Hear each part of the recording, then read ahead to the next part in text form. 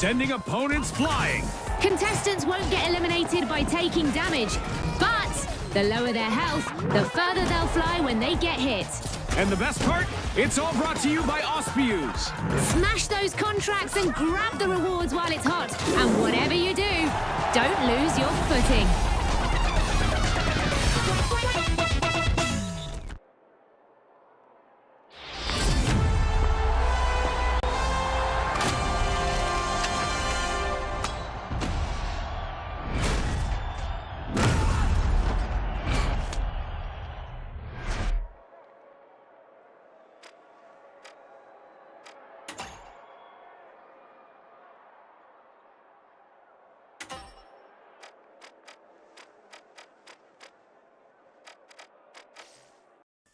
Yo, what is up, guys? Gamerverse back again here to do another review for you guys today, man. Today we are reviewing the finals. The finals is a chaotic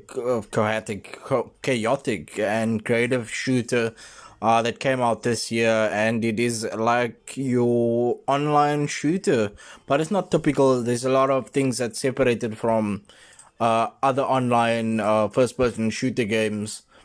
And it's quite unique in a certain way, and it's something different when it comes to the online shooter genre, and I'm here to review it. If you don't know how I do my reviews, I take a couple of topics, I put it in one video, I discuss the game a little bit, and then at the end of the video I will give you a final score, and you can decide if you want to play the game, or if you're returning, maybe you play the game before just checking out the video. I appreciate that too. And yeah, guys, without further ado, I'm Gamerverse, and let's get into this review. Okay, first let's talk gameplay. So the core loop of the game is it's a shooter, yes, but there's a little bit of things that kind of makes it different. There's the cash extraction gameplay, and the game mode is Banquet, Quick Cash, and Ranked Tournament. So in Banquet is quite simple. You gotta generate cash, and then one player in your team's gotta move the cash to like a bank and then hold it there, and then you guys gotta defend it, and that's how you basically score in the game. But obviously you do shoot each other and you do kill each other in the game, and it's like an arena type of game where it's like there's this whole like it's a show type of thing, because during the game you get online commentary by people who is commenting, and there's people that's actually watching the game happen in the audience. And yeah, basically you are in a tournament and it's called the finals. And yeah, there's a lot of destruction physics in the game. There's like destructible environments. There's a dynamic map that changes mid-match. It changes quite a lot actually, and there's also like the class system. You get light and you get medium and you get heavy. It is 3v3, and then basically you gotta decide if you want to be the light, the medium, or the heavy build, and it impacts the mobility of the game, the health, and gadgets. There's gadgets that you can use in the game, and depending on what build you pick, you will be doing that specific using that specific skills and that gadgets and mobility.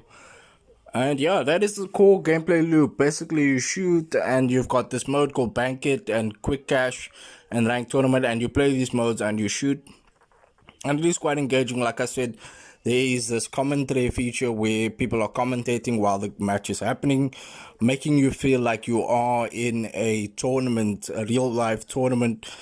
And that was one of the mechanics that I think is quite unique of the game. Yeah, next let's talk about the combat and the gunplay. The weapon feel and the recoil system in the game recently actually received a patch for 2025, and like Time-To-Kill is there as well. Compared to other shooters, I think it's much better. You got melee, you got explosive, you got gadgets, like I said, C4. There's jump pads, there's these goo grenades as well, and a synergy between like team loadouts, and I think that's really cool. Next, let's talk strategy and creativity. It is a sandbox style combat, like I mentioned, and it's very creative when it comes to the environment and the manipulation to win the fights. Because in some modes, it's obviously not about just killing. Obviously, you do get rewarded for that, for killing people, but it's more about doing the objective of the specific game mode that you are playing. Examples of clever plays would be collapsing buildings on enemies, sneaky cash outs, like taking the cash and being sneaky with it, using gadgets to hide particular things. There is actually a high skill ceiling for the game, and there's a lot of potential when it comes to the game.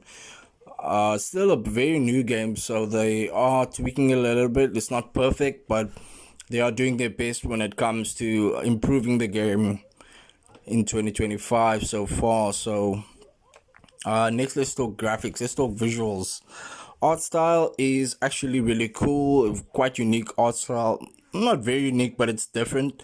There is a stable frames per second optimization is there, especially post 2024. Server quality is actually much more better in 2025. Actually, the game, like I mentioned, the game was, I think it might have came out like, or it was in early access in late 2024. Just Google and check if I'm correct, but I think that's the thing. And server quality, like I mentioned, is really good, and they use different netcodes for the service to make it much more faster and more smoother. So yeah, next let's talk customization and progression. There is a battle pass and there is also cosmetics. F2P, using the F2P monetization model that is active in a lot of like FPS shooters, Call of Duty, things like that. I think it's in Call of Duty. I think it might be in the Division as well.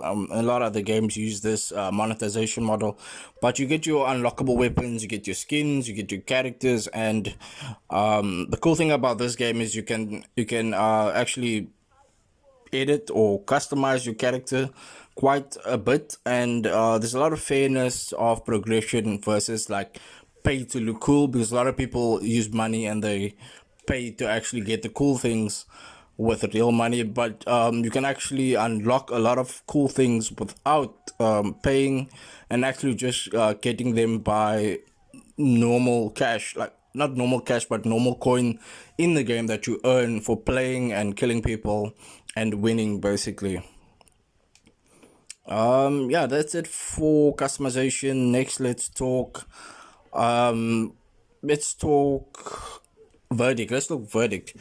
Who is it for? I would say for casuals, people who like casual FPS, creative FPS fans, or even hardcore tacticians. People who like tactical style FPS, like maybe you play Rainbow Six Siege a lot. This could actually be a nice substitute for that, because it's quite similar to Rainbow in a couple of senses, and it is beginner friendly actually. And I would definitely suggest it if you a fan of Rainbow or like tactical shooters. But even if you are a casual shooter, this game would be perfect for you too. And my final score for the game, I think I'll give the game a solid 7 out of 10. A solid 7 out of 10 for the finals. I would like to know your viewer opinions in the comment. What was your craziest moment in the finals if you have played it? If you didn't play it, let me know. If you are about to play it in the comments, please like this video, comment, subscribe, and please stay tuned to my channel. I drop a lot of videos, maybe once or twice a week. It depends how I play the games and how quick I do my research and things like that. But I appreciate you for watching this video. Like I said, I've been Gamerverse, and I'll see you guys in another video.